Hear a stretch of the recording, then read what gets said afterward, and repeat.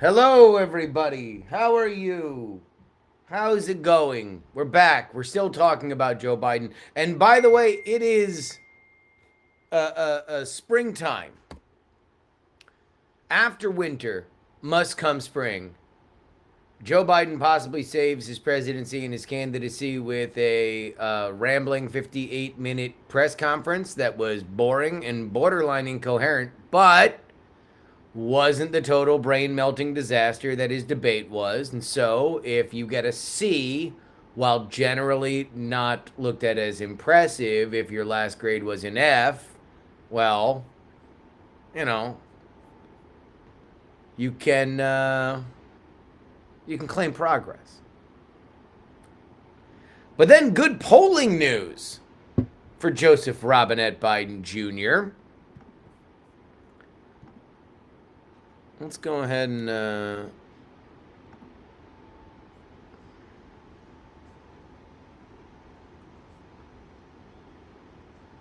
take a look here. This is a Marist NPR poll.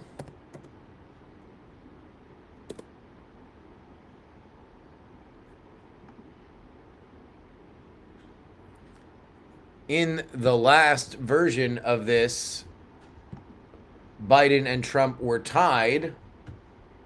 Not here, friends. Biden 50, Trump 48. That is a +2 margin. It is Biden over 50. I don't know how many polls we have seen where Biden is over 50. Now, a couple caveats. That's the head-to-head. It's not the 5 wide, but still.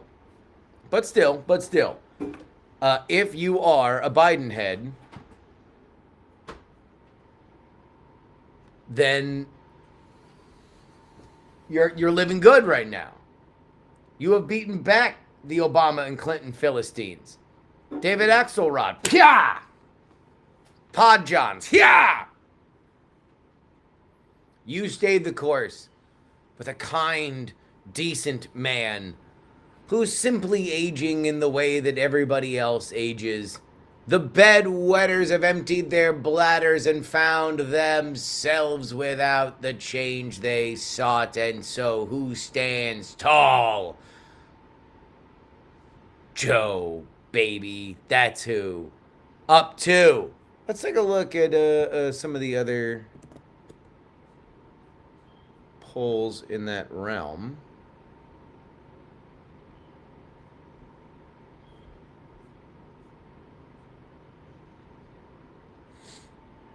Oh. So, by the way, in the 5 wide, Trump up, which means Kennedy is taking away more from Biden than he is from Trump. Trump 43, Biden 42.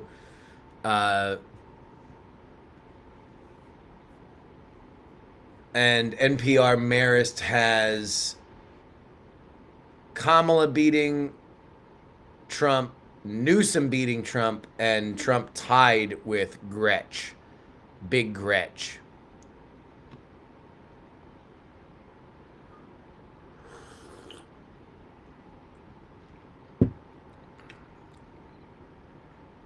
But let's just look at one-on-one polls. Right? NPR would be an outlier right now if you compare them to the other polls that have come out. Let's remember that all of these are from post-debate. And so maybe NPR Marist is the sign of a new day dawning. Maybe. We don't know. Right now it is an outlier. But what I want to look at more is that number. That 50% number. Because I want to see all the polls. I'm on all the polls. All right, so this is July 12th, as we are talking right now. That's that 50% number. Let's see the last time that he got 50%.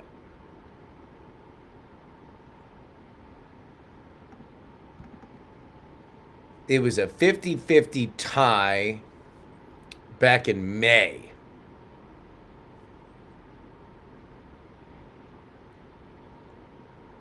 Got another one in April. And then NPR Marist also had him at 50 in March.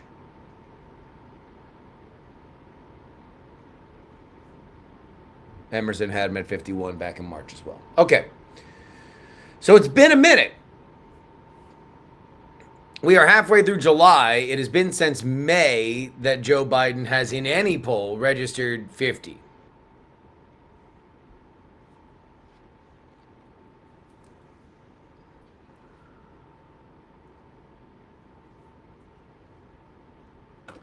Whisper talking like somebody who has Parkinson's. Watch me. Kind of a Batman thing, right? Swear to me.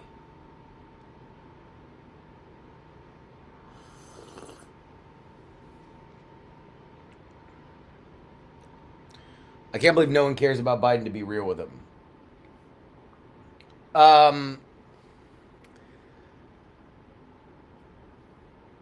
Spin Dash, do you listen to the We're Not Wrong podcast? Because there was a moment of something that Jen said that's really stuck with me.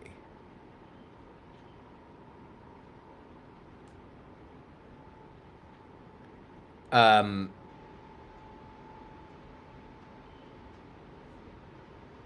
would say Jen was probably the most, of the three of us, who I would consider non-traditional voters.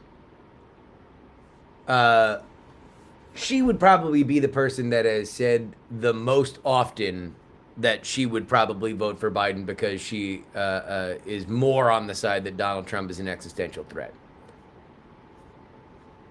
And she might well. But she said something that I thought was interesting. Go back to Joe Biden entering the Senate. Tragedy befalls the man. Car accident.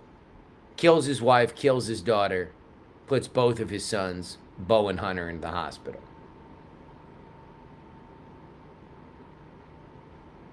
Joe Biden didn't leave the Senate. He didn't refuse to be sat as a senator. He didn't take time off. Now, I don't want to say that that makes Joe Biden a monster, because I think that grief is a very complicated thing. Extreme grief is something that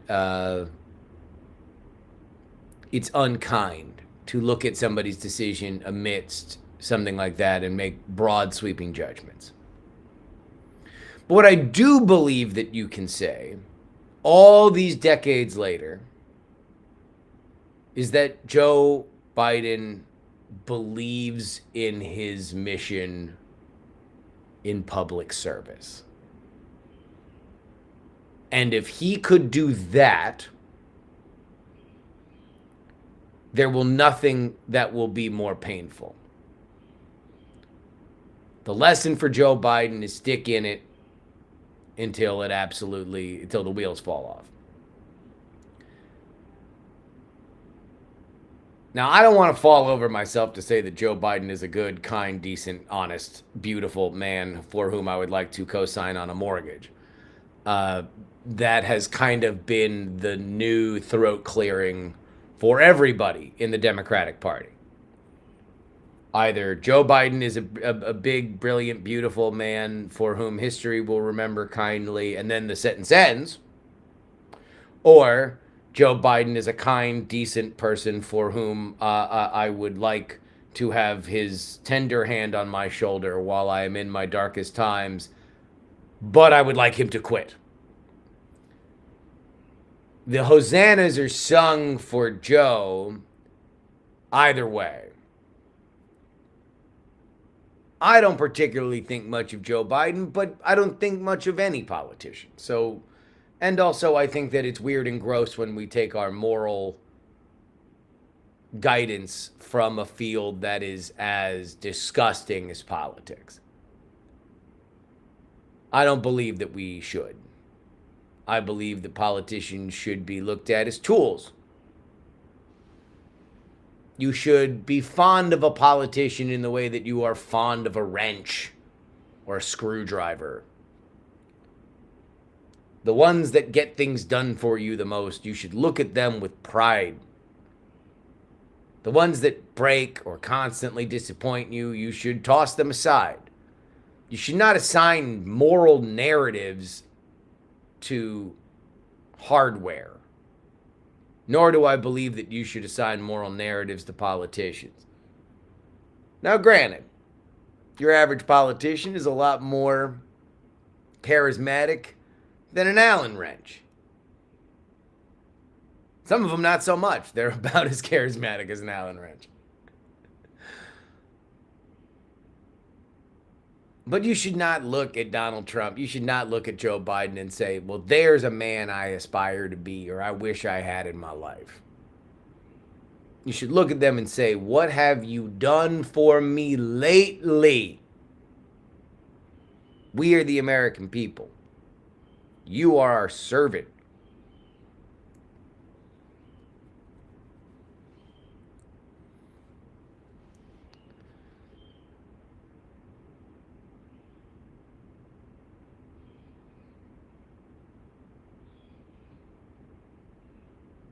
Yeah, it's kind of a rerun. I've done this one before.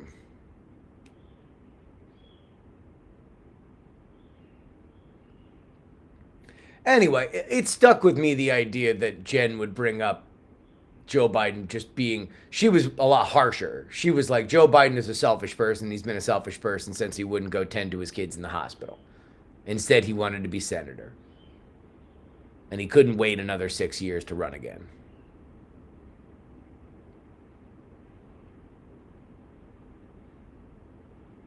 Anyway.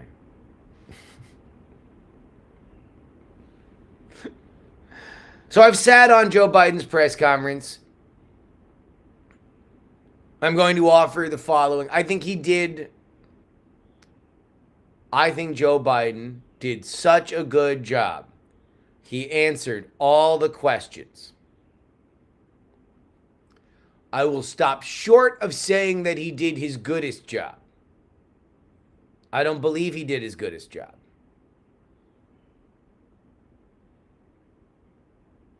And I do want to slightly push back on the idea that it's like, oh, he gave these like super amazing complex answers to foreign policy. No, he didn't. He didn't give super complicated answers to foreign policy. He gave sub-pundit level takes on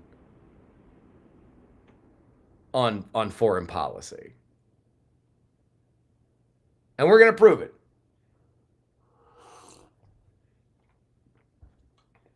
We're going to find ourselves a transcript.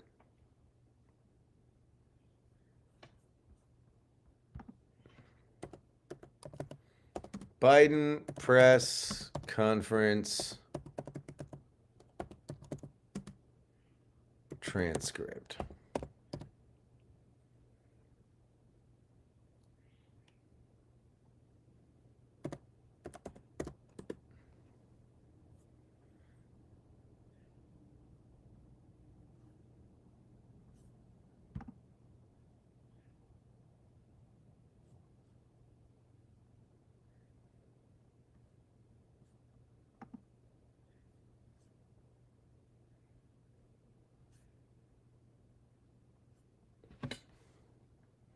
Well, this was not the this is what happened before.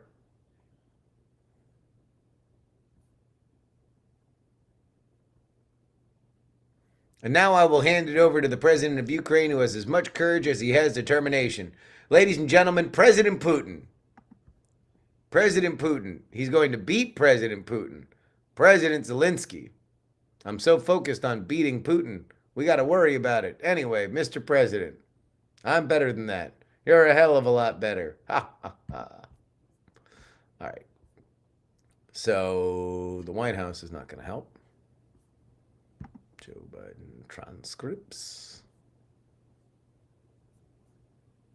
Nope. You want to know what? We'll do it ourselves. We'll do it live.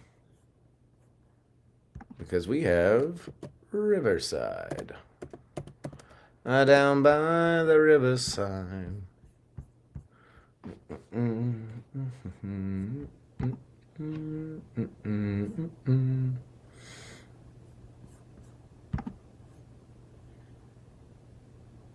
No.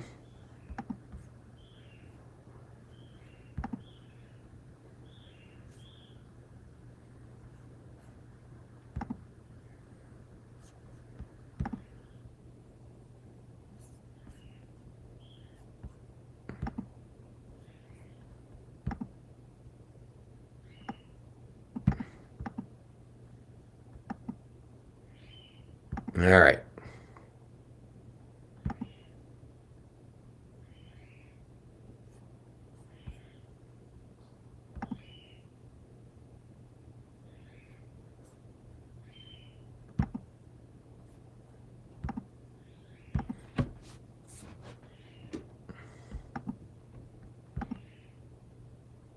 Mm.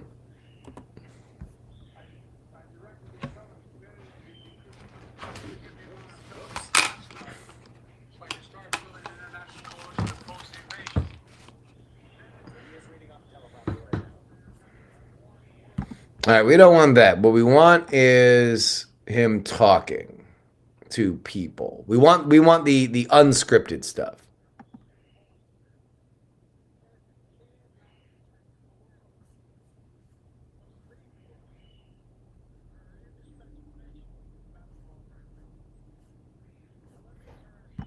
All right, here we go.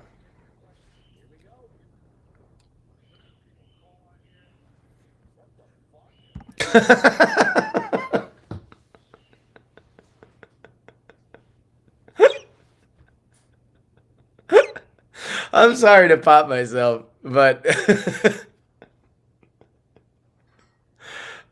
yeah, no, I agree. I agree with my take. I agree with my take.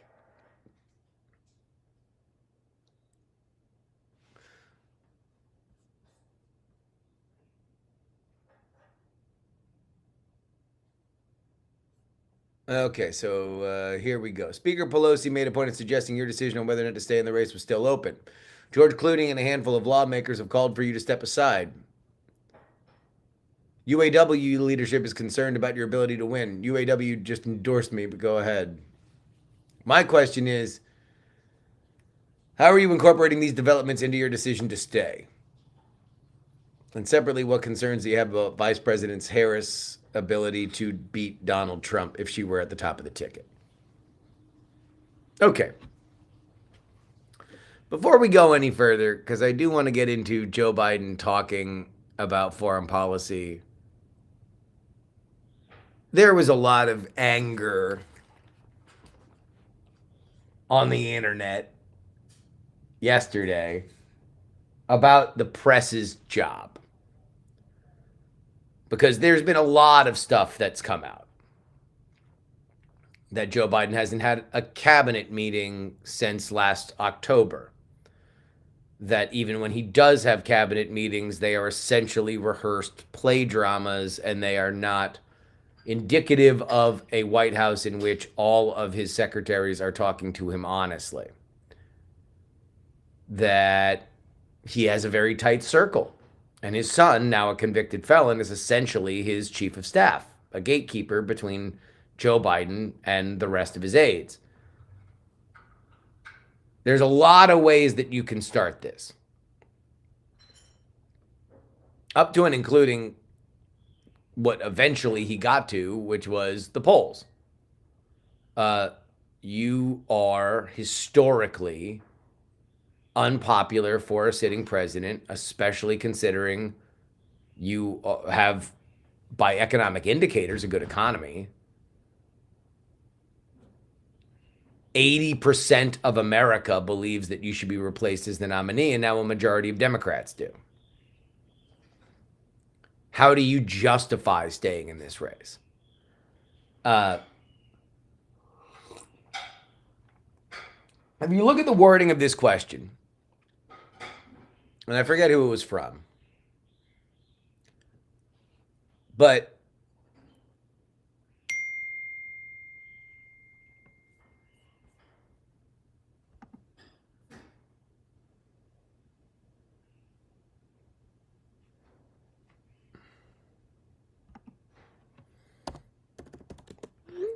sorry about that, guys. I will be on Newsmax today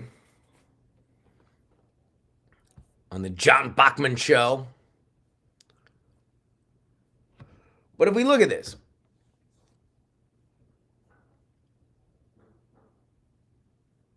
Mr. President, your political future is hung over the NATO summit a little bit this week. Speaker Pelosi made a point of suggesting that your decision on whether to stay in the race was still open. George Clooney and a handful of lawmakers have called for you to step aside. And that's me saying big smile, good smile. UAW leadership is concerned about your ability to win. Biden interjects, UAW just endorsed me, but go ahead. My question is, are you incorporating these developments into your decision to stay? And separately, what concerns do you have about Vice President Harris's ability to beat Donald Trump? If you were being mean, you could say that is a version of the question that the White House would love to have asked. It makes George Clooney the most frivolous of the people that, to the lay audience, the leader of the resistance. It hedges Nancy Pelosi not as somebody who's putting her finger on the scale to eject him, but rather just somebody who's asking questions. And then specifically says, why do you think Kamala is so weak she can't beat Donald Trump? Not, have you seen the polling that shows she polls better than you against Donald Trump?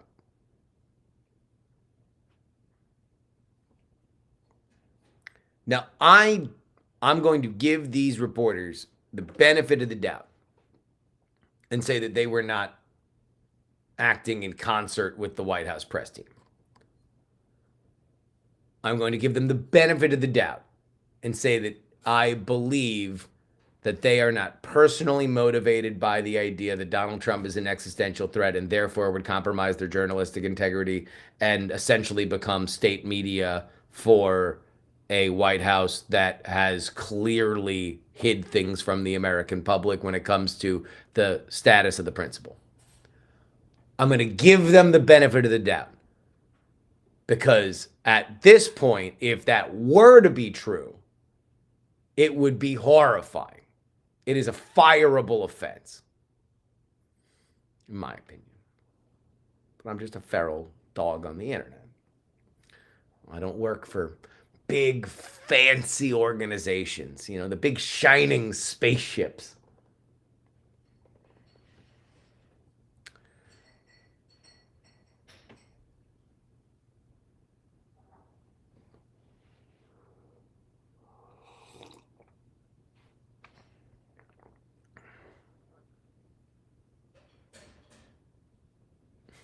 I want to know about why we were told about Alito's wife's beach house flag flying habits and not Joe Biden's cabinet not meeting for 9 months.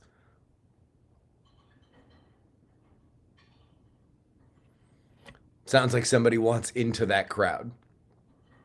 To work at a major media institution? Why would I take a pay cut?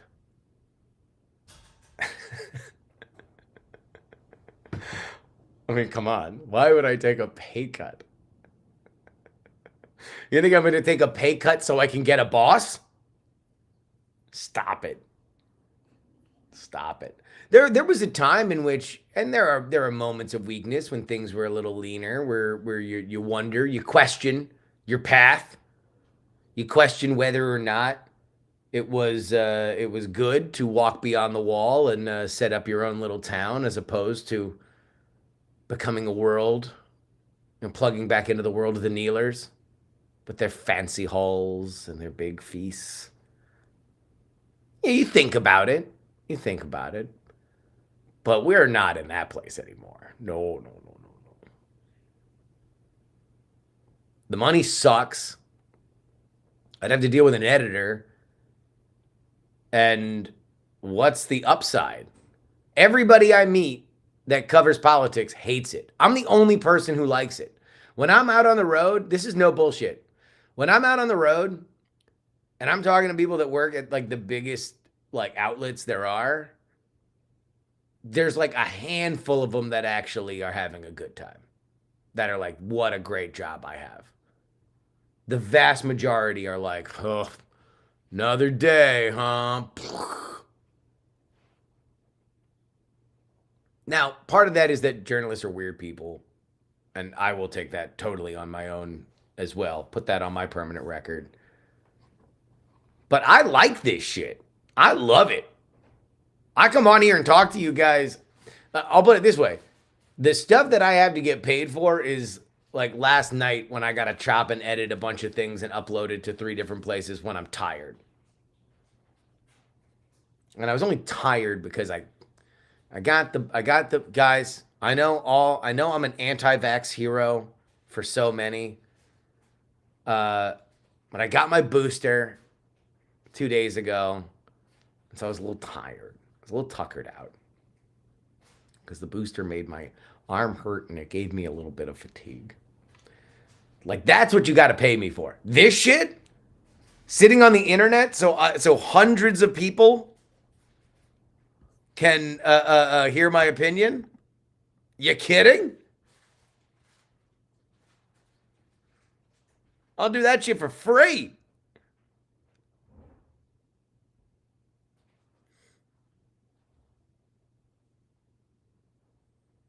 Go Royals. The baby's coming. You ain't seen tired yet. What is with people that just love that? People love that. Parents love that.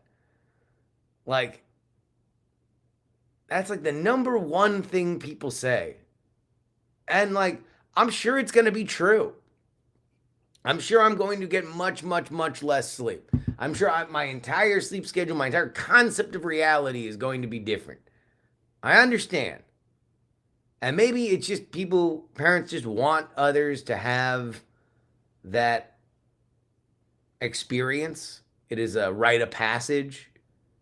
But it's very like frat initiation. It's very like you ain't seen nothing yet, pledge.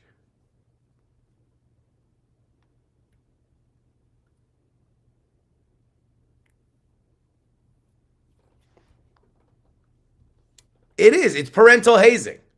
It's parental hazing.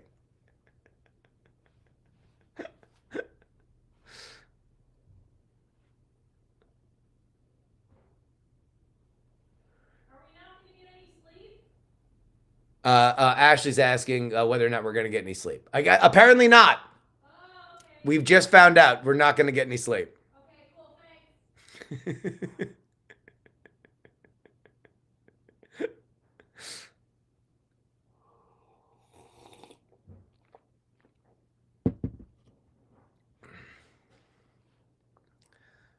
Here's all I'm going to say about the you're not going to get any sleep crowd. If you're one of the people that's like, oh, the sleep, oh, you're not going to get any sleep, I don't want to ever hear anybody who's telling me that complain because an episode's late. Ever. You are forfeiting your right to complain that an episode is late. If you are telling me, oh, your whole sleep is going to get wrecked. That's fine. It can be one or the other. You can complain because normally the episodes come out at 8 and now it's 11:30, or you can tell me that my sleep is wrecked. One of the two. One of the two.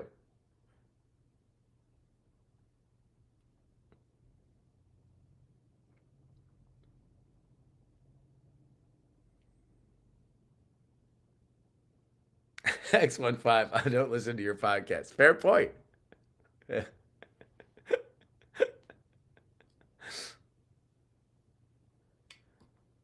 Yep. Kohite. He's making a decision. I'm not saying anything. I would rather complain about late episodes. That's fair. That's fair. I understand that.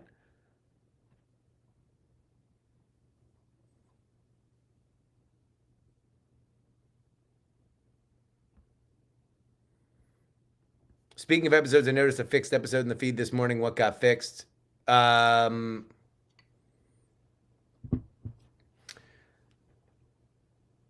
were some complaints in the Discord about some of the auto pause editing that I've used recently. That it was like cutting off words. There wasn't a ton, to be totally honest, that I went in and changed, but it's one of those things that, especially when really hardcores are noticing things, and like there are a lot of changes that are happening to the production of the show behind the scenes. I'm using a lot more of the Riverside technology that creates a single version of the show that I can put in both places, so I can post the video when I post the audio.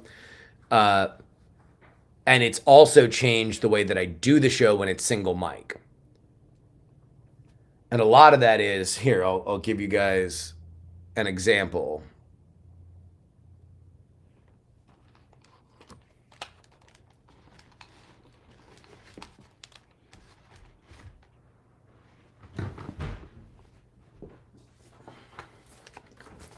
So this is a Where Not Wrong script, but it'd be similar to a PX3 one, where when I'm recording, if I'm doing PX3, I'm trying to go face up to the camera more as opposed to reading off the paper. I'm just trying to think about the visual presentation, and I know that if you look at the most popular people that do political content, it's face up. It's look down the barrel, tell people the truth. That is it. That's how you do it. And so, like, I'm gonna read this here, but this would be how I record it now. Congress returned to D.C. this week. Then I'll read it again, and then I'll just go sentence by sentence while I'm like looking down, reading, looking down, reading, looking down, reading, because Riverside will edit out all the pauses, and now it'll come pop, pop, pop, pop, pop, right? Sometimes it cuts things off, or I have an intonation that is a little bit lower, and so it'll be more harsh with that. I just need to watch those pauses, those automatic pauses, a little bit more, and just kind of go from there. But there were some really harsh complaints, and I'm also very sensitive.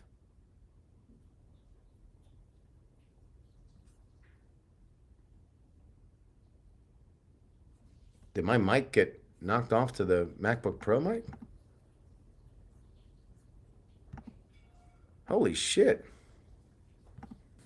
Well, that's all right. I'm glad that's changed. All right. Well, so it bumped itself down to the MacBook Pro mic. Interesting. There we go.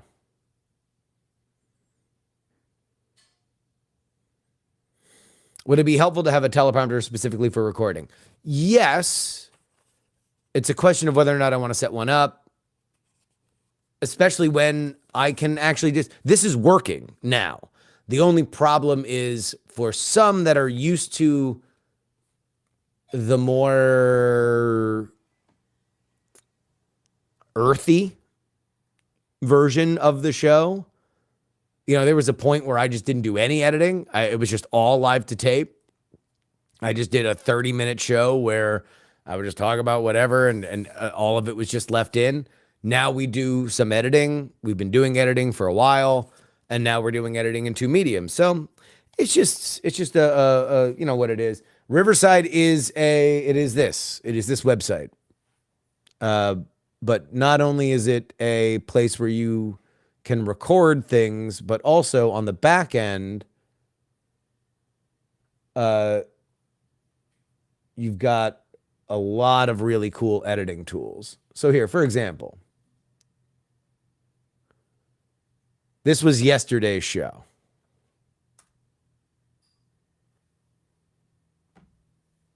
Extra for Thursday, July 19th. Sorry, mistake. Well, fuck it. That was me fucking up, right? So I fucked up that intro. Now, instead of dragging that timeline, I can just do this. Edit it via text. And so now, the beginning of the thing, I've cut out my bad intro. Hello and welcome everybody to the Politics Extra, your late edition, patron exclusive. So, but this is what got people pissed. I can remove all pauses. And it gives me an option of 3 seconds or more, it'll kill it. 1.5 seconds or more, it'll kill the stuff. 1 second or more, or like ludicrous speed. Literally every pause is removed.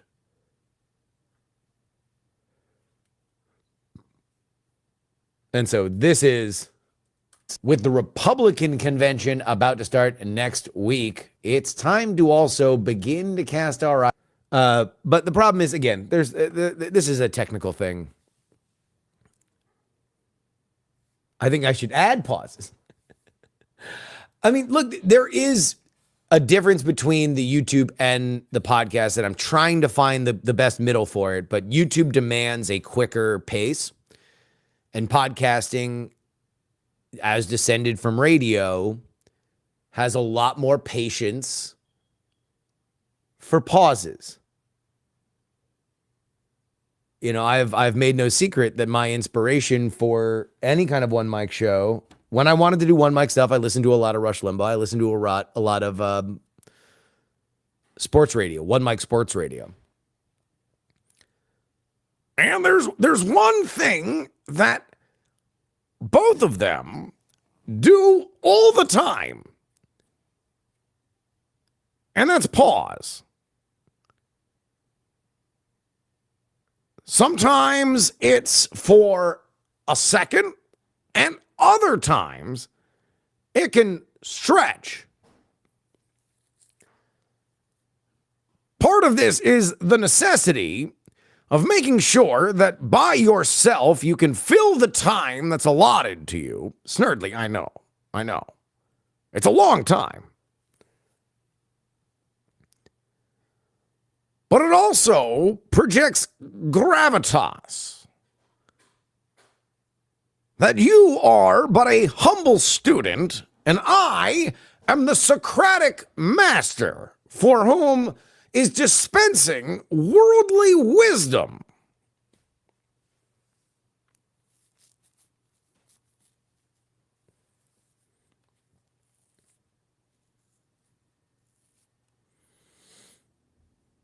Yeah, the false impression of thought.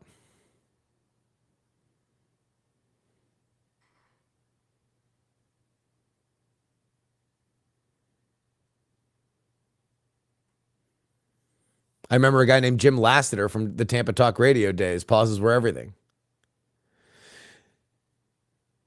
Anyway, so there we go. All right, let's do calls. We were going to read the Biden transcript, but fuck it. What's a snurdly? Snurdly? Bo Snurdly. For those not in on the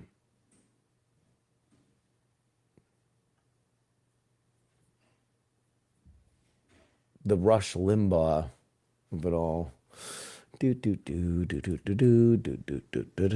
Let's see. Open Phones Friday.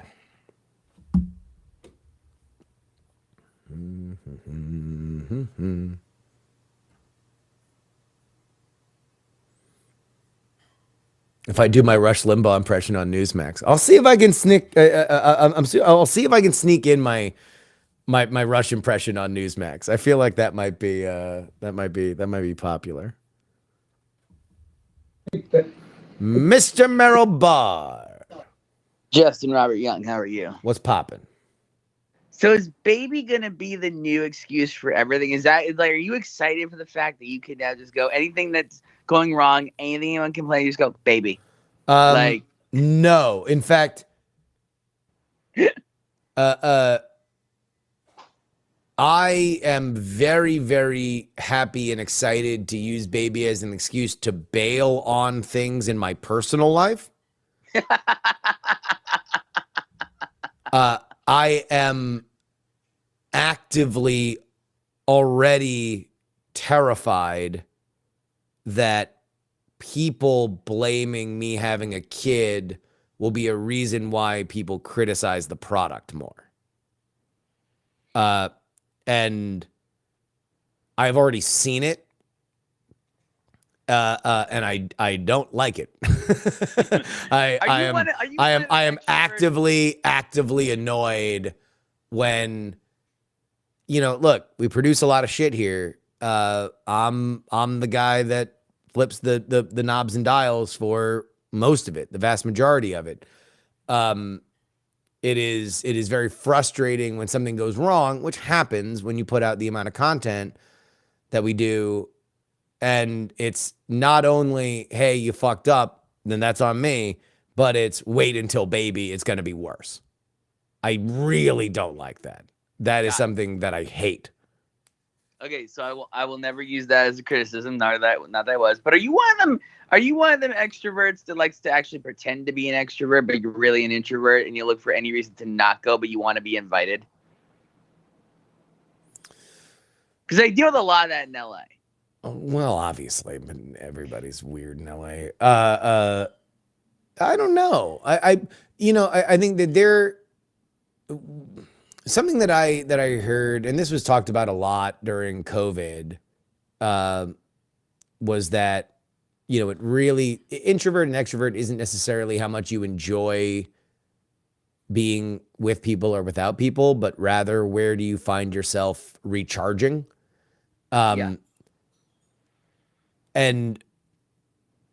I will say I very much like my long walks. I very much do feel that, like, when I am without them for a while, I very much miss them. But at the same time, I don't know. I really like being around people. I like talking to my friends a lot. I feel, sad when my friends move away or something like that. So I don't know. I think that the introvert extrovert thing is kind of fucking horoscopes at a certain point. I'm a believer in walks now, by the way, because I picked them up the last few months. I've started doing 3 miles a day in the morning, and boy, does it feel good. And when I don't do it, I feel sluggish. Yeah. I very much believe in early morning exercise, because there's a lot of times that I wake up with a certain mood, and then by the end of the workout, I feel totally different. And I feel like I dodged a bullet because I know I would have sat in that mood all fucking day. And also, like, it's funny because, like, I'll wake up in pain and I'll just walk through the pain, and then I'm not in pain anymore when the walk's over. Yeah. Like, and I don't know how much of that is some kind of adrenaline thing, how much of it is the body actually healing, but God, it feels good. One of the things that I greatly was upset with my doctors about when I had back problems was that they told me not to work out. And well, I think, did they say don't work out, or they said don't lift weights? Because they're two very different things. Are you getting paid by my fucking doctors in California? Like, why would you challenge me on that? Because I've had experience. What? No. I want to know why you would immediately take their side in this. Why would you assume that I don't know my own fucking story? Are you paid by Kaiser Permanente? What are you even doing? No, Meryl. So, holy shit. No, you're right. They only told me to not live. No, they told me not to work out. They told me not to run. They knew I was a runner, and they're like, don't run.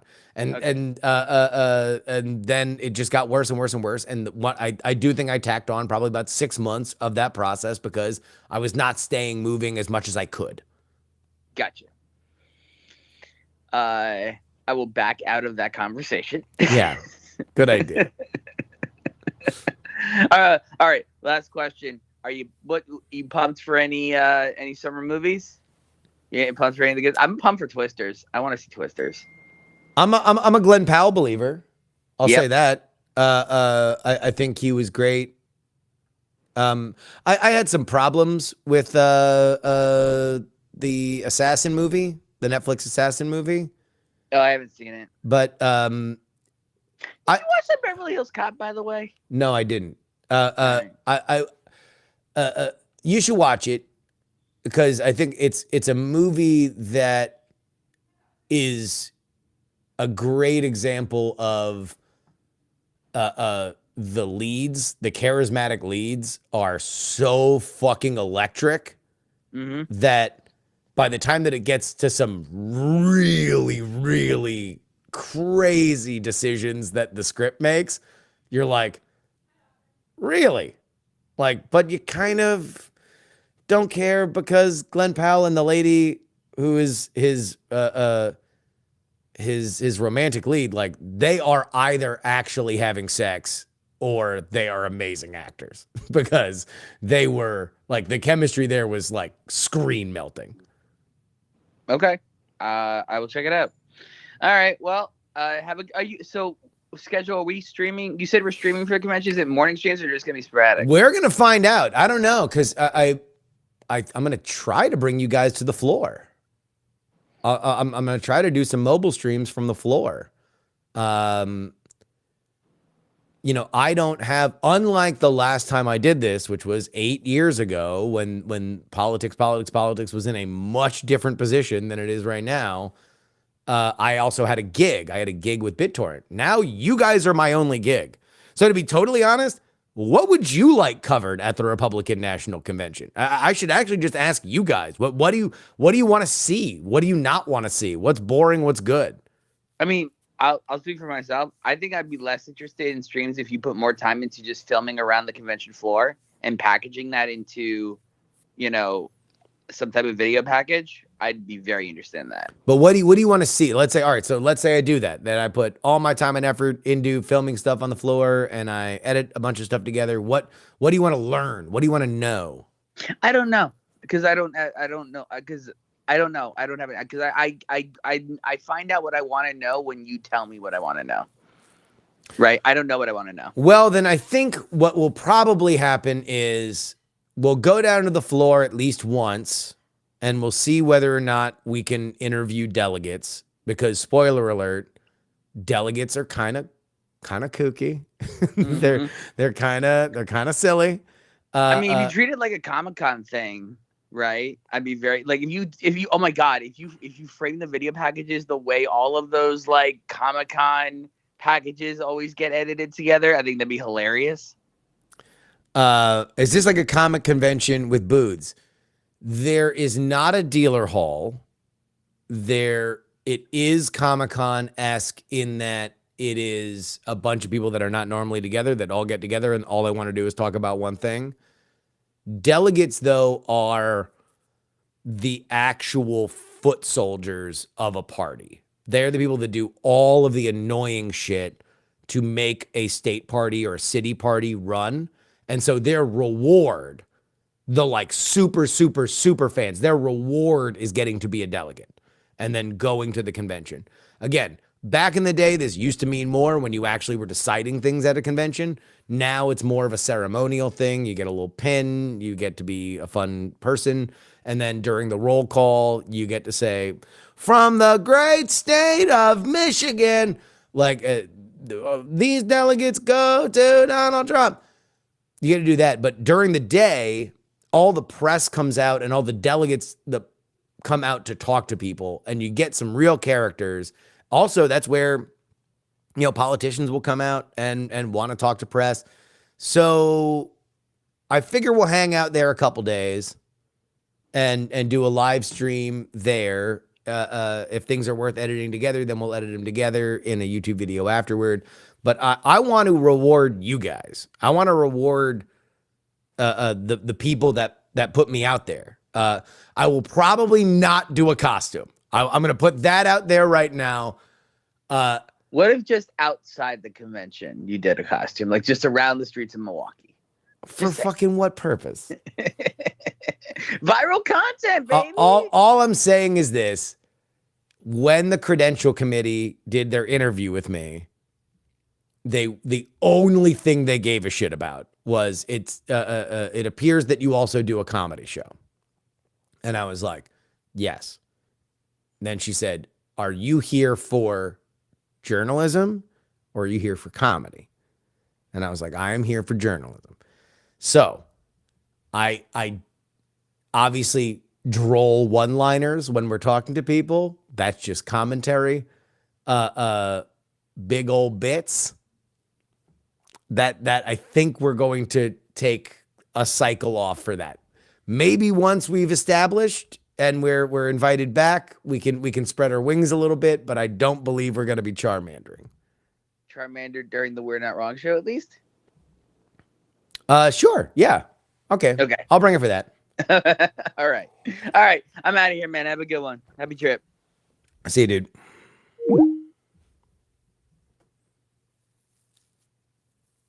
I will have Oklahoma Gandalf with me. Yeah. Wear some nerdy campaign pins and see if anyone mentions them. Absolutely. Can I tickle McConnell's waddle? We'll find out. So here's the other big question. Would you guys rather me be in the room when the big speeches are happening or back at the Airbnb set up with all my shit and doing a more proper live stream in the city of Milwaukee, but not in the building? That is actually probably the biggest decision that I have to make by this weekend, because if I'm bringing all of my shit, like if I'm just doing it lightweight, then I can just put my phone up on a thing and record me and Jen or whatever. Probably don't worry about mics, and we'll just watch the content and comment on it.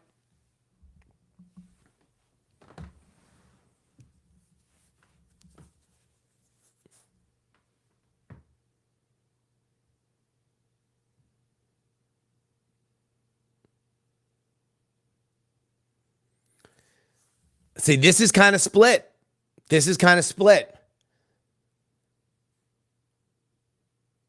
I think we might have to do an actual little plebiscite here. Yeah, I mean, alpaca weed whacker. That's kind of where I'm on one side or the other, where it's like, I think for maybe the big speeches, I don't know whether or not it's better for me to be in the room and feel the energy, or if it's better for me to be, back at the Airbnb with all my shit set up.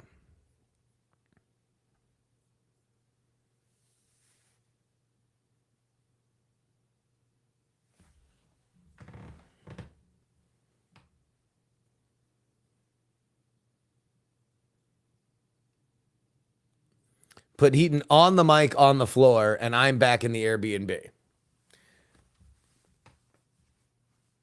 Not a terrible idea. All right. 2 seconds. I'm going to use the bathroom. I'll be right back.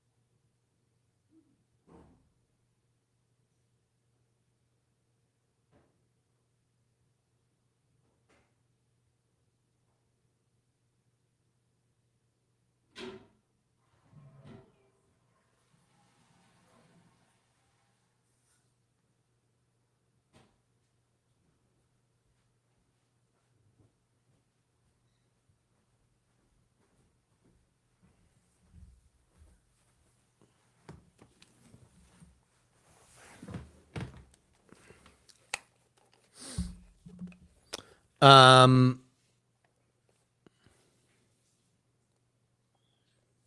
does this hinge on whether or not you'll actually go? No, David, I'm going to Milwaukee. Milwaukee's happening.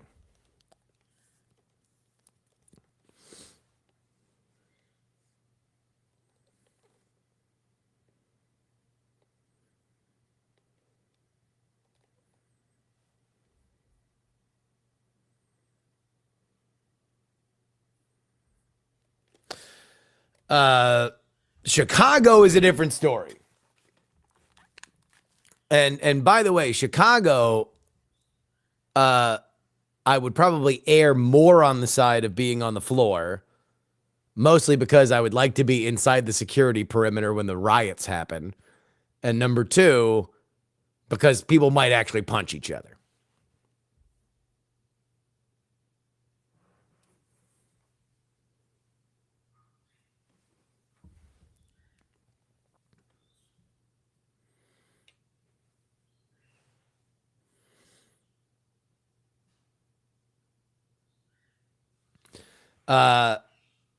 So yeah, I think I do. I just have to put this out for people. Like on one hand, I can go talk to people, network, do all that shit during the day. That was essentially what I did 8 years ago for BitTorrent, because BitTorrent hired me because I was a long haul trucker.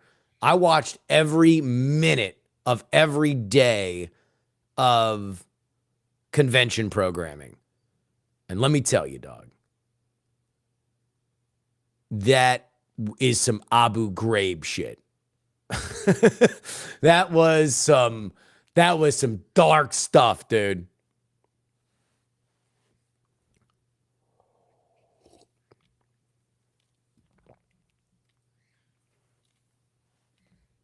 I'll be sad to see you not in Chicago. Well, I mean, I'm gonna aim to be there. The big question is my unborn daughter. How unborn will my unborn daughter be? Will she be close to being not unborn? If she is close to being not unborn, then I gotta be here. Let me tell you this, friends.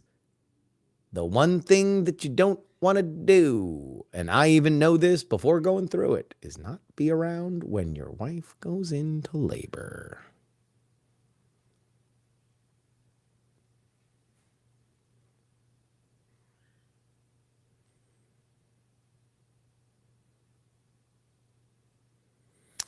Reporting coming out that Hakeem Jeffries met with Biden last night after the press conference.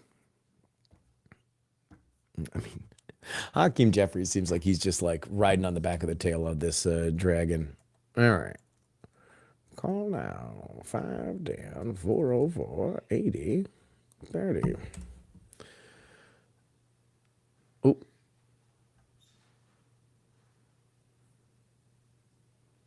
Phone lines are open. 510 404 8030. Go ahead and give us the old call-a-roo.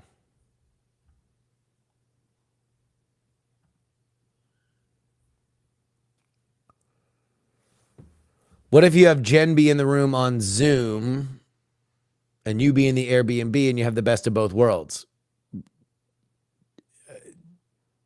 Are we talking about the same Jen? I think I can just order Jen around and tell Jen to do X, Y, or Z.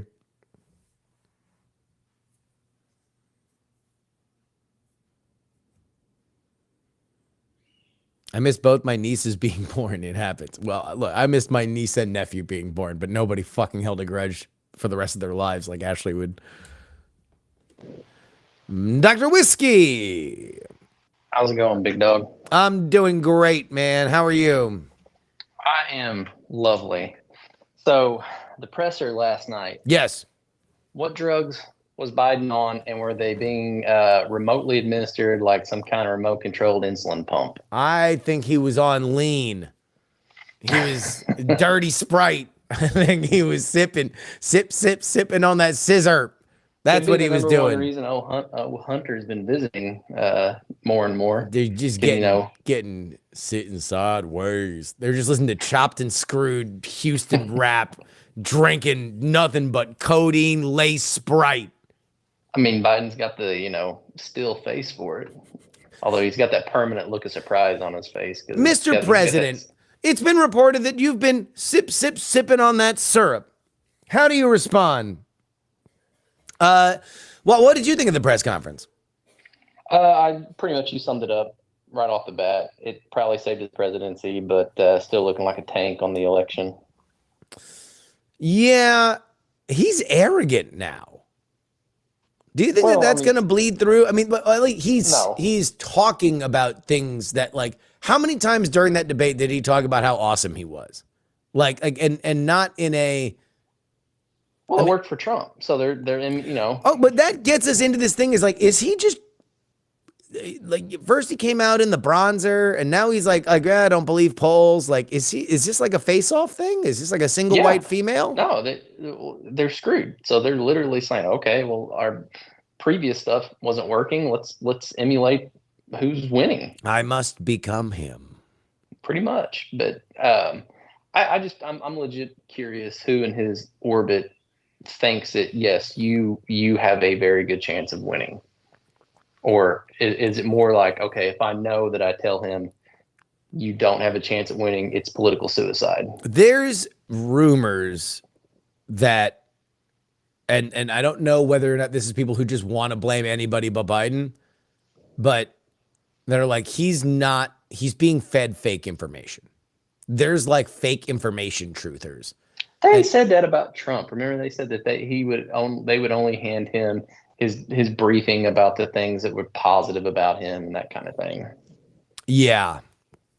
But like David Axelrod played to that yesterday. David Axelrod has been Biden's chief tormentor on CNN in his, Axelrod Droopy the dog kind of way, where he's like, well, I don't think that Joe Biden has a bit of a path going forward. But I think he's been clear-eyed on this, to be totally honest. I mean, I enjoy the Hacks on Tap podcast that he does. And, he got there's some really fun stuff. If you guys are paying attention to the media right now, you can start to find out who actually hates each other within the Democratic Party. Because on the Hacks on Tap show, David Axelrod plays this clip of Joe Biden railing against the elites in the Democratic Party. He is the most elite of the Democratic Party, for the record. And then just dismissively says, oh, that's a Mike Donnellan special. Mike Donnellan, one of Biden's inner circle. And it's like, okay, check that down. David Axelrod hates Mike Donnellan.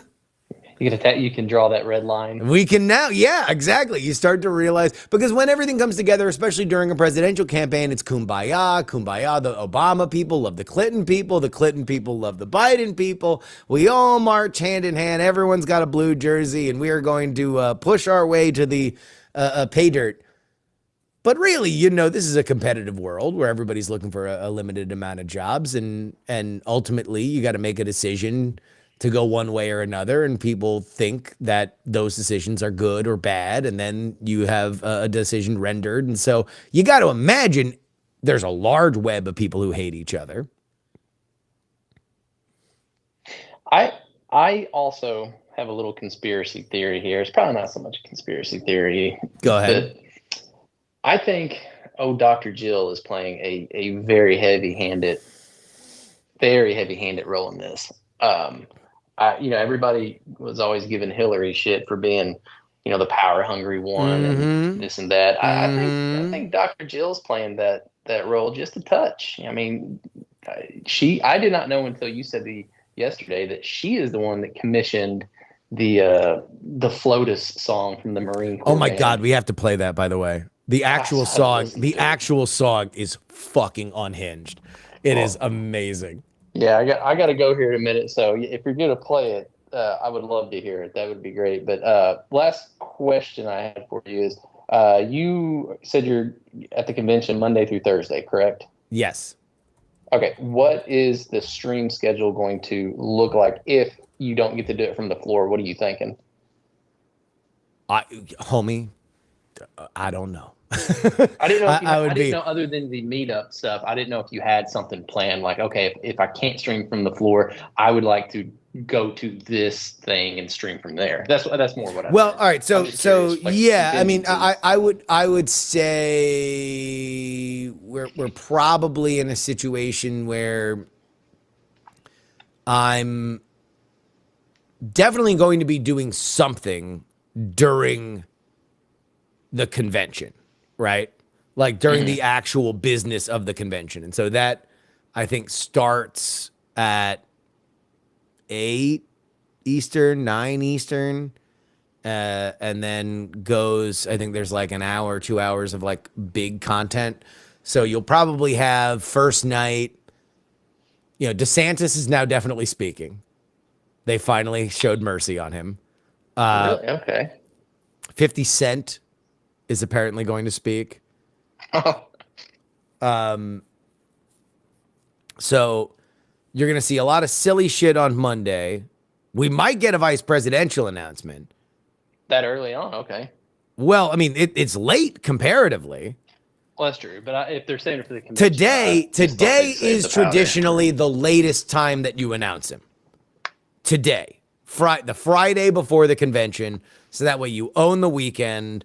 Everybody gets their ducks in a row. All the, you make sure that now the VP is not running their own little thing. You kind of really fold them into the campaign, make sure that everybody knows what they're going to be doing. You stage manage it a little bit. You get all the family in town. Second bed spoken for in the room. They're going to have 2 queen beds in the hotel room. Probably. Exactly, right? Yeah. So it's like, that's normally what happens. Trump apparently wants to go full bachelor with this and wants to wait until during the convention because he knows it's going to bring ratings and attention. And so there was a bunch of stuff yesterday that he had changed a rule that initially you had to do it before the roll call Monday, and now he's going to be able to do it late into the convention. But who knows? Who knows? Well, I'm looking forward to all your recapping of it and distilling it down to something like a rube like myself can understand. That's what I do. Well, I'm an unbiased truth angel, taking all the narratives and weaving them on my loom so I might deliver them out to the unwashed masses. You're welcome, Dr. Whiskey. You're welcome. Well, have a good weekend, sir. See you, brother. Bye.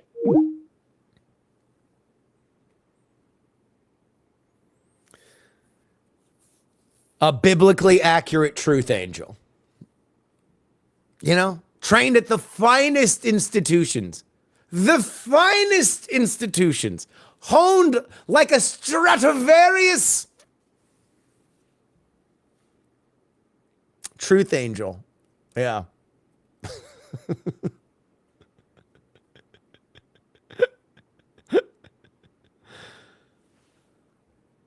Okay, well, if Jake Sherman says it, then it's definitely true. That is that Hakeem Jeffries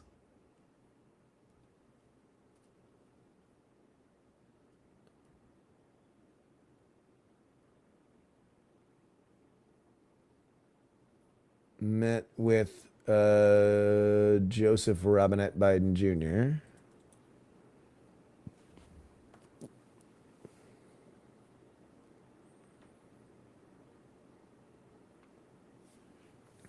I would only imagine that this does not happen unless it is good for Biden. I don't believe that Hakeem Jeffries is walking into a meeting with Joe Biden and saying, Joe, I got some bad news for you. Will Biden drop out during the RNC? Fuck no. Although apparently Biden's staff was considering doing an address to the nation during the RNC. Like an Oval Office address to the nation during the RNC, which is ridiculous. To do it without an actual emergency to address.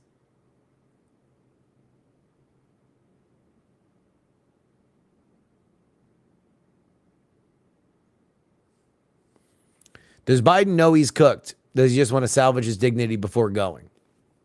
I don't believe he believes he's cooked. I believe he believes he's winning. Polls don't really matter. Polls are kind of fake polls, right? Right? We all know. You know, fake polls, dude. Fake polls. Nobody pays attention to the election until after Labor Day. Guys, debates don't matter. They don't matter.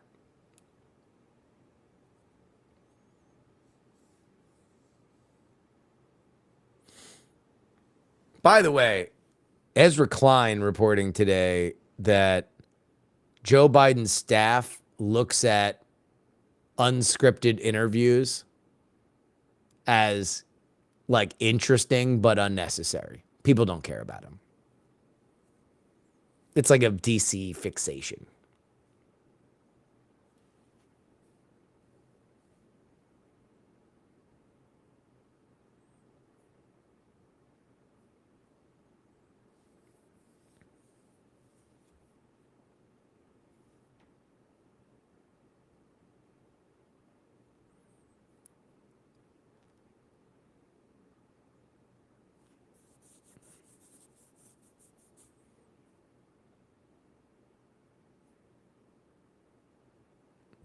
Is there any poll number that could convince the Biden team that it's unsalvageable?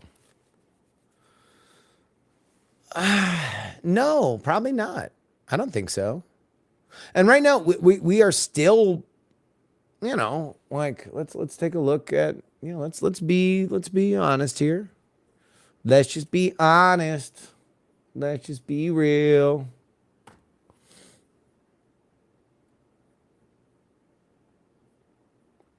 Let's look at the 5 wide.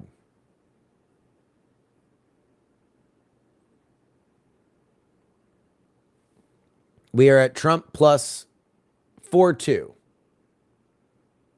in the 5 wide. So we got up to 4-9. He has been up 5. When was that? That was December of 23. But that was like peak Bobby. That was Bobby at 13. He was up 5. It looks like there was a bit of a Bobby spike and then a little less Bobby. So if Bobby's over 10, then that's where Biden's at his low. If Bobby is under 10, and I expect Bobby Kennedy to be well under 10 by the time that election day rolls around, then this is closer. But it's Trump, 4.5. The debate was, of course, June 27th. At that point, he was down 3. Now he's down, he's lost a point.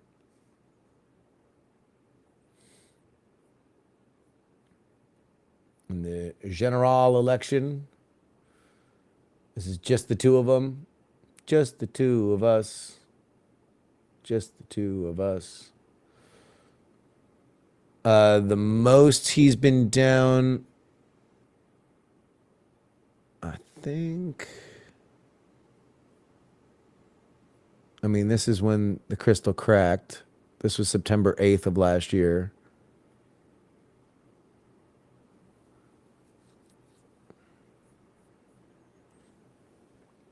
Hello, who's this? Hi, this is Chaz Litt, a streamer, watching the Justin stream. That's me. Come on, what's going on? All right, so I'm watching, I guess, a couple minutes behind. Why are none of these polls talking about Chase Oliver? Is he like polling lower than Cornel West, or like what's the deal here? That's an interesting question because we've been dealing with the 5 wide, and that being Trump, Biden, Cornel West, Bobby Kennedy, and Jill Stein. It should be 6 wide now because Bobby Kennedy, Cornel West, or Jill Stein will have the same ballot access that Chase Oliver, the Libertarian nominee, is going to have. I don't know. I mean, that's up to the pollsters on who they are putting on their ballot and where they are listing it statistically. I do think that right now this is probably a situation where people have just gotten so used to racking that data as 5 that starting it, expanding it to 6 is going to be its own thing. I would expect, though, that Chase Oliver will probably poll ahead of Jill Stein, probably poll ahead of Cornel West, especially in terms of raw votes by the end of it. But we can't ever expect him to pull ahead of Kennedy or even get within marching distance. I think that would be a pretty heavy lift for a few reasons. Not to do anything with Chase Oliver. We are nominally rooting for Chase Oliver because Chase Oliver right now is the only person running for president who came on the podcast. So shout out to Chase Oliver. He actually came on PX3 and along with Mike Tremont, his vice president. Very nice guys. Had a good time talking to him. So we are, if we only root for people that give me content, then salute to Chase Oliver. Here's the reason why It was a good episode. Here's the reason why it's a heavy lift. His party hates him. His party chair hates him. And a lot of the people that are running the state parties don't like him. And they would rather elect Donald Trump. So it's hard in general to run a libertarian campaign. All right. So if everybody on your team is rooting for you, now layer on the internal division. And I think you're only making, it's like, all right, well, it was going to be climbing Everest no matter what. Now do it naked except for 7 weight belts. Right. Oh, okay. So he's struggling through internal party stuff, whereas Kennedy doesn't have to deal with that. Everyone who's signed on to his campaign is for him and him only. He doesn't have a party, right? Like he's just running an independent campaign where a bunch of rich people are giving him a bunch of money, and he's got a strong volunteer corps, and he's a Kennedy. So it's like, all right, he's got name recognition, he's got money, and he has no internal party bullshit. Whereas Chase Oliver only became the nominee because a bunch of Mises Caucus people wanted to get the early flight home, and the head of the Libertarian Party seems just as interested in, freeing Ross Ulbricht by way of a deal that they made with Donald Trump. Huh. Well, that's a shame. Well, thanks anyway. Have a good day. No problem, dog. Peace out.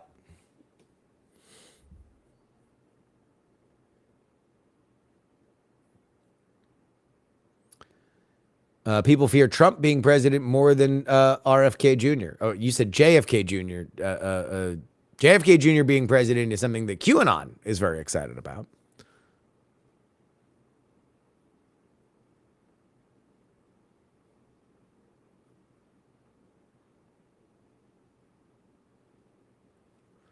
All right, we have a Jeffries Biden letter. Let's take a look.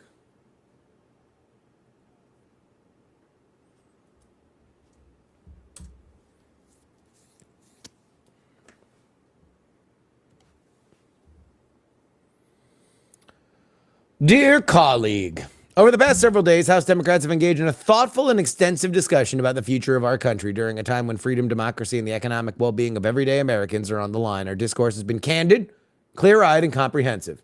On behalf of the House Democratic Caucus, I requested and was graciously granted a private meeting with Joe Biden. That meeting occurred yesterday evening. In my conversation with President Biden, I directly expressed the breadth of insight, heartfelt perspectives, and conclusions about the path forward that the caucus has shared in our recent time together.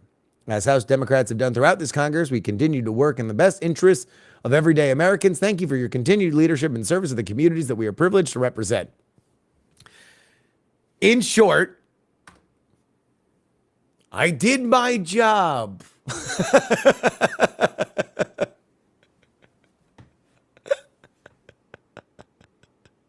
Don't blame me. I listened to everything that you guys said. I went to the man himself. I said it to his face. This is my receipt. I've done my job, and that will be the end of it. Don't come to me and tell him to do it another time. You go and request to go to the White House your own damn self if you want him to, if you want something else to say.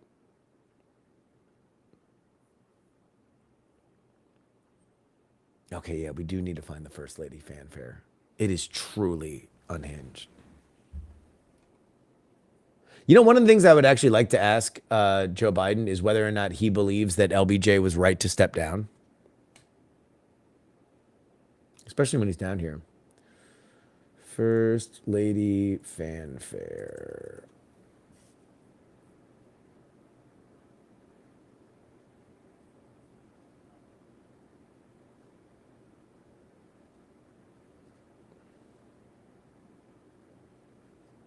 Okay, I don't know if this is real because it says it's Ben Up with an Shapiro. entrance theme for the First Lady. A source told the Washington commission to someone to write actually played at an event.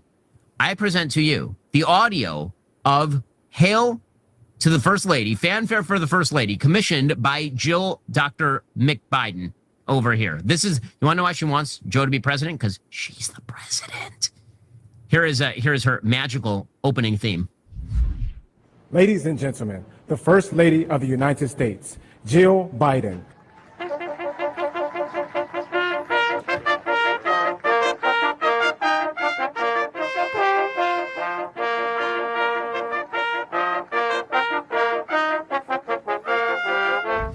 Yeah, man, it sounds like So this is what I heard. This is what I heard. So this is not Ben Shapiro making this up. United States, Jill Biden.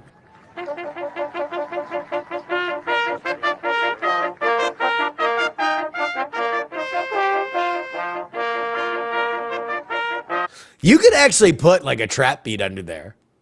This actually is sampleable. Ladies and gentlemen, the First Lady of the United States, Jill Biden. The Marine Corps band is clearly fucking with her.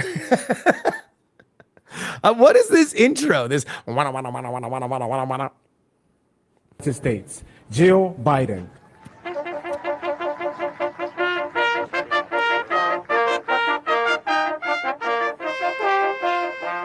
All right, should we try to find some 808s? Let's find some 808s. Dr. Whiskey, what's poppin'? I just had to call back and ask. So if Kamala becomes president, does that become what's his name, Doug Imhoff's like entrance thing? Yes. Yeah, that's Doug Imhoff. Yeah. Oh my God! So that would become his like theme song or what? Well, that is, I mean, is that the request of the first spouse on whether or not they want it played? But Joe Biden, I want it from I think they should all get their own. Oh, absolutely. I think everybody should get their own. Every 4 to 8 years, we get a new one. Yeah. Man, you talk about a hot album drop. I know. All right, that's all I had. Except All right, that see one ya. question. All right, bye. All right, let's see if we can get some 808s.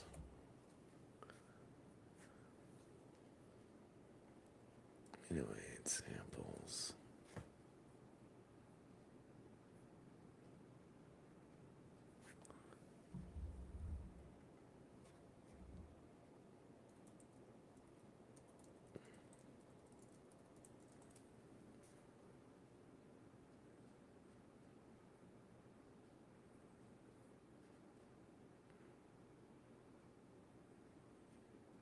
All right, here we go.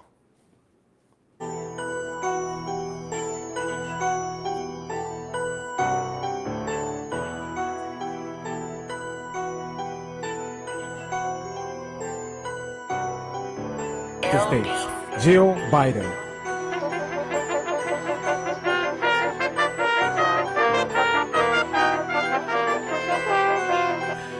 No, we need something more spare. We need something more spare. Let's see if we can get to the drums.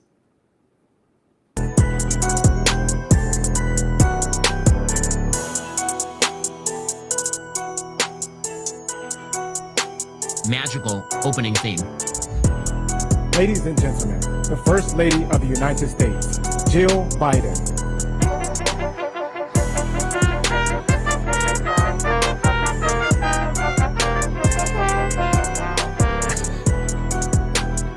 Yeah, we'd actually have to put some work into it, but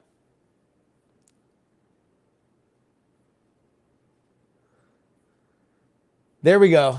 Yeah, journalism. We're doing journalism here, folks. One more time. Joe Biden's theme song. Jill Biden.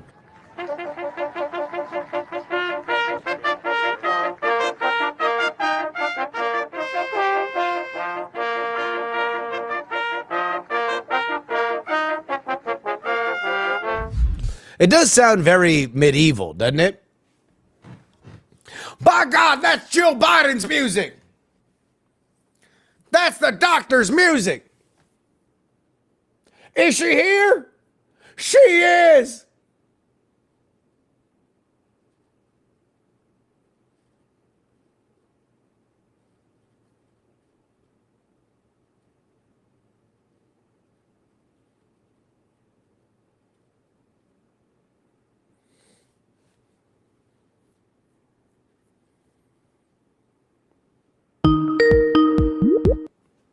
Who is this? Hey, Jury, it's Jacob in Dallas. How you doing, man? What up, Jacob in Dallas? Yo. What's poppin'? Well, I got some firsthand knowledge that I want to share with you. We Go were ahead. talking earlier about how he's starting to get Biden specifically is starting to get a little bit testy and a little bit combative. Yep. I have been drawn the lottery 3 times on having 3 grandparents go through dementia and Alzheimer's. Okay. Literally the first thing that started happening. My Is the sweet anger? grandmother, who was, my sweet grandmother who never said a curse word, a crossword, anything, called my mother a B word while she was cutting her hair, right as she started to really get into it. And I've seen it 3 times to where that's almost like signal number 1 that because you're just so frustrated with the fact that you can't remember, you've got problems going on, you can't make those connections, and something's wrong, that it really ratchets up that combativeness. Yeah, I mean, Jacob, I gotta say, I feel very weird about 2 elements of this story. The first is actually the Jill Biden thing, which we were joking about the FLOTUS theme, but I tend to want to be reserved when it comes to criticizing women in high positions of power, because especially like wives and spouses and stuff like that, because I think it's very, very easy to hit them with the Lady Macbeth and stuff like that. But the other side of it is this, where on one hand, anybody who's been through, and thankfully, my grandparents that I was the closest to, 2 of my grandparents, I didn't really have a relationship. One, my dad's grandpa died before I was born, and my grandma on my dad's side did not speak English. So there was just, I didn't have that same relationship. I was far closer with the grandparents on my mom's side, and either of them had an Alzheimer's dementia situation. They both passed without having that big degradation in terms of reasoning, logic, and mood. But it's undeniable that a large percentage of our country has gone through that. You've gone through it 3 times. And so I don't want to deny people saying, hey, I'm watching the president do the exact same thing that my grandma did, that my grandpa did, and everything in between. But at the same time, it's like, man, it's really weird to diagnose people through the television because we're not getting everything. But then again, I think the other side of that coin is we aren't getting everything with Biden. And it's clear this is him putting his best foot forward. Exactly. Yeah. And I mean, the Jill thing is another tell for me, because the very first thing, especially with the 2 grandparents that went through it together, one of them was okay when the other one wasn't. Yeah. And the coddling and you did such a good job, and like making them feel better is a big coping mechanism to where you're like, hey, I don't want to trigger you. I want you to feel comfortable. I want you to feel safe. It's actually something sometimes doctors will tell you to do. Don't lie to them, but hey, just make them feel. But when cool. something is fine, then highlight it. Make sure that they know the good things, because the bad things are going to hit them a lot harder. Yeah, which I think ties into the whole he's getting good news. Maybe they're not always being fully forthcoming with him. The cabinet meetings are rehearsed. Like all of this just Like I draw a line through all of it, and it just screams to me that, and it's a sad situation because like seeing somebody who, especially, finally reached the peak of his power or whatever, Yeah. reached everything that he ever wanted, and just to see things start slipping away and he has no control over it, like it's bad ultimately. So Yeah, I mean, and people are pointing out that Joe Biden has been an aggressive dickhead going back to the 70s, which is also true. Like, that he's been that dude for a long time.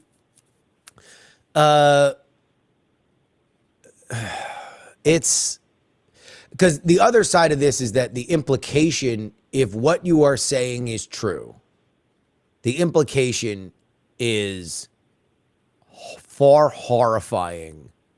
more horrifying than we are even giving it credit for now. Like, there is an argument to be made that all of the hand wringing around Joe Biden over the last 2 weeks is kind. Because if the man has dementia, then he needs to not be president today. And we need to do a thorough investigation as to at what point he was mentally impaired. Because, like,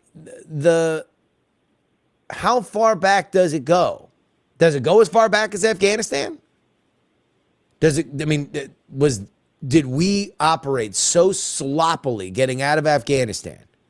And let's not forget also, Afghanistan only became Afghanistan because Joe Biden wanted to be out on September 11th. We wanted that to be the day because it was symbolic. It was to spike a political football. And then it was a disaster. So was his decision making impaired then? What about during any of the big legislative things? Yeah, the last presumed cabinet meeting happening before the Hamas attacks. Yeah. I mean, read a psych in the chat here. I was young, but I remember the kind of talk with Reagan. Yes. After he got reelected. And also America liked America better then because they appreciated what Ronald Reagan did coming out of Jimmy Carter. It's remarkable that Joe Biden does not get credit for what he has done post-Trump with COVID. But also at the same time, I think that they've really oversold everything. They haven't asked America to say we're on the comeback trail. They said we did it. Yeah. We fixed the economy. And it's like, well, inflation's up. Well, no, it's not. It's like that's... Well, and I do have a strategic idea for the campaign. Okay. I always like speaking through your ideas on all the strategies people should do. Here's the great thing about these diagnoses. Yeah. Is that they hit everyone differently and they come at different paces. Yep. Having seen it 3 times, it was completely different each time.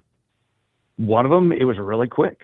It literally started, let's say like July. Yep. And then completely gone by October. So you could say, hey, this hit quick.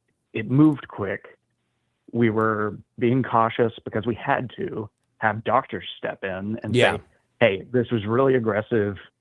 We did catch it. We were being careful about it. The 7 visits from the neurologist, even though that wasn't a constant part of his exams or whatever, we were being cautious. And then all of a sudden it flipped. It got worse and it accelerated. You could trot out hundreds of doctors and they'll tell you all the same thing. So I mean, they could pull back on that if they really needed to. It's dark, but they're not like to even open that book is to let out hell, right? Like this is the Necronomicon. And like, yes, you are trying to, at that point, figure out a way out. But if the dude has Parkinson's or dementia, like, there's a lot of questions, a lot of really, really reasonable questions that need to be asked and answered. And that's part of, our very polarized world that's really, really sad, is that there's a contingent of people probably 30 to 35% of the country that just hates Trump so much that they'll literally vote for a corpse. and they're like, we'll deal with it later. Yeah. Just don't let it get in the way of this. Don't let it get in the way of stopping him. And that's why I think you're seeing the kind of anger and frustration from the people that want to replace him, because they're like, hey, this is too serious. Let's get our head out of our ass. Let's stop doing this blue no matter who stuff for 5 minutes, because what might happen is something that's horrifying. And again, like, here's part of it is that Donald Trump and his campaign have saved their powder when it comes to spending money in the swing states. Joe Biden has spent a lot of money on advertising so far, and he has gotten shit for it. His poll numbers have gotten worse, right? What happens when every other commercial on television and YouTube and every fast channel that you're watching on streaming is the worst highlight reel of Joe Biden? It's Vice President Trump. I'm a black woman. We finally beat Medicare. And it's Putin. just, yeah, I'd like to introduce Mr. Putin or President Putin. Yeah. Like, what happens when it's that and the message is, what is he hiding? Like, that's what's going to happen. Yeah. Like, that's coming. This is not as bad as it will be for Joe Biden. There's hundreds of millions of dollars in persuasion that is about to get dropped on all of these swing states that are going to highlight exactly what you said. We've all seen it before, and now we're seeing it again. The only thing is, it's the White House, and he's asking for 4 more years. Yeah. I mean, you've hit it tons of times, but the brilliance right now in the GOP being quiet and Trump basically disappearing, like, just for them to emerge next week and have a full court press. I mean, it's going to be a bloodbath. I would weeks. do an ad that's just Joe Biden's language, and it begins with him saying, "Watch me," and then just supercut of the worst shit ever. Each time he does his little whispery lean-in thing, Watch me. He's not selling himself well, and it's just, I nearly cringe to death each time. So, I mean, and I would run all of those with the background of Afghanistan. I would run the background of there. I mean, like, the narrative that they can cast here is going to be all about Biden, and whoever this is going to be a referendum on, this campaign is a referendum on, is going to lose. I'm sorry. These guys are too unpopular. And the way that they both win is by making the other one highlighting their already well-defined unpopularities. And it's why I think Project 2025 is a bad idea for Biden, because, again, who has ever won an American election by demanding that the populace read a 900-page book? Yeah. Like, highlight the things that you believe are bad and then craft a narrative out of that. Project 2025, it doesn't, I don't think it's good, but everybody can have their own opinion. I'm right there with you. I mean, a fellow sicko here following all this stuff way too much. Yeah. But, given the fact that I've got friends who never follow it, and they explicitly say, I don't even want to talk about it until, the end of October. Yeah. Hit me when Halloween is done. Yeah. Basically. Yeah. It's like, they're starting to talk a lot about it. And I don't see a rebound, because this is no longer an issues election. Like, No. I don't think the Dems are going to be able to get a single issue that gets anyone off of this. So The most effective they've been is beating back an internal coup. mm-hmm. And they barely did that. Well, we'll see. I mean, it may still turn into No, ripping it's each other on TV at the very least. Oh, they will. I don't I don't think it may work, but they'll I mean, still be tearing each other the apart. funny thing is that everybody who's called for him to get out of the race is gonna do the like, wow, what an amazing speech at the convention tweet. Like, I think I put that up on Twitter yesterday. Like all of the Biden must go Democrats tweeting best convention speech of my lifetime on during the DNC, and it was just the gif of that. I don't know if you've seen the gif of the girl who's like crying while doing the TikTok dance. Like, Yes, yeah. that's what it's gonna be like, because they're all gonna have to coalesce, unless we're gonna see never Biden Democrats. That would be the craziest thing, is if we go, there's like a blue version of the Dispatch or the Bulwark, and that's the lead of the Pod Save America bros. Yeah. I mean, that's kind of the underpinning of the progressive TikTok left a little bit. So maybe they could whip something up. I mean, but essentially, the K-pop stands. Yeah, there's gonna have to be a moment of reckoning where, and this I do think is something that Democrats are wrestling with, is, wait, how serious is Trump of as a threat? Because the people that have told me that the most are also telling me that Joe Biden's the best person to beat him. And that doesn't square with me. When I look at him, I think he's not the most, like, so how seriously did they take it? I think that's a big question. That is something that Democrats are wrestling with. Oh, and I mean, honestly, I don't remember which stream it was, but when you started talking about, are they taking this seriously? Because, leading into the presser last night, even the Fox feed was showing a lot of people. Everybody's kind of jovial, smiling. It doesn't seem that dire. It doesn't seem that serious. It's not that serious to them, and that's kind of how they're presenting when they're on camera generally. And they don't take the Biden thing as seriously as the poll show and as everyone's reacting to it. I mean, shit, why do I bother? So. Well, I mean, I think that is a legitimate question. Like how much should the average person care? How much do they believe that he is an existential threat? Mm-hmm. Well, either way, man, I'll let you get to other folks, but good luck out there. Thank you very much, dog. Peace out. Yeah. There we go, Jacob from Dallas. Nominally, Joe Biden will be in Austin on Monday to commemorate the anniversary of the Civil Rights Act. But you really cannot ignore the symbolism between him and Lyndon Baines Johnson. Hello? Who's this? Who's a calling?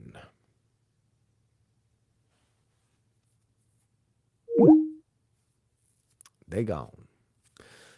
And we're going to have to be gone soon because I got to get ready. You guys can watch Newsmax 2. John Bachman, our boy John Bachman, is going to have me on. I will be on his show.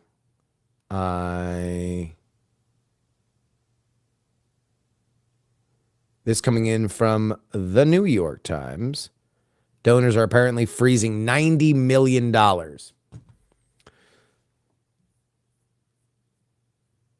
I need to be on Piers Morgan.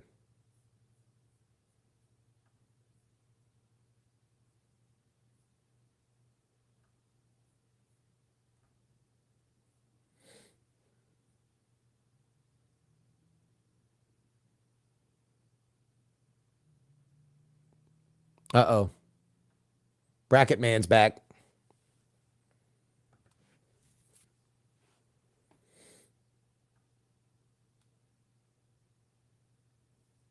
Taking out Vice President Trump, adding Vice President Harris. The answer is yes to every place that you think I should be on. But, you got to get invited on these shows.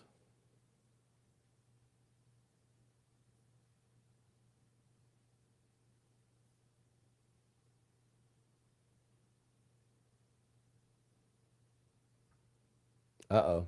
Chris Matthews alert. Let's go to Chris Matthews. He's been good at it. He's been reelected every extent in Delaware with pretty healthy majorities. In life, he lost his wife and he lost his daughter, and he found Jill. Now, who's he going to listen to, Jill or George Clooney? I'm telling you, it's personal. He's had the elite, and it's so true about the elite. He is absolutely right about the elite. Look at President Obama. He served for 8 years loyally, and yet Obama backed Hillary Clinton for president and didn't back him. But I hear he never even invited him upstairs. He had a good reason to be resentful, but he isn't. He puts up with it with the elite. But right now, he's got the poor people, he's got minorities, he's got Hispanics, he's going to put out the labor, he's going to hold that base of the Democratic Party, which he will need in November. And I'm telling you, people are going to end up rooting for him in October because he will have a comeback. And in this elite fashioned attack on him, they're going to pay for it. But in the end, they're going to end up voting for him. So I think Biden will be the little guy. He'll be the Democrat in this race, the true Democrat. And he's going to get people to turn for him in October. It's going to be stunning. He is not quitting. He is not built to quit. That's what I think. And I think it's the most important thing we're going to resolve here.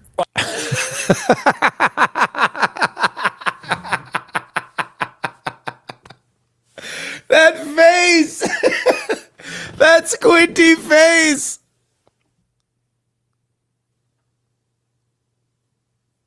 That amazing. Just that cut. Just what a monologue from a legend, Chris Matthews. He is not quitting. He is not built to quit. That's what I think. And I think it's the most important thing we're going to resolve. That's amazing. That's amazing. You gotta love it. You gotta love it. All right, guys, we're gonna shut it down so I can get everything ready here for the next big thing. Friends, greatly appreciated. I will see y'all later. And yeah, Monday, no stream during the morning. I'm flying to Milwaukee. And we will go from there. All right.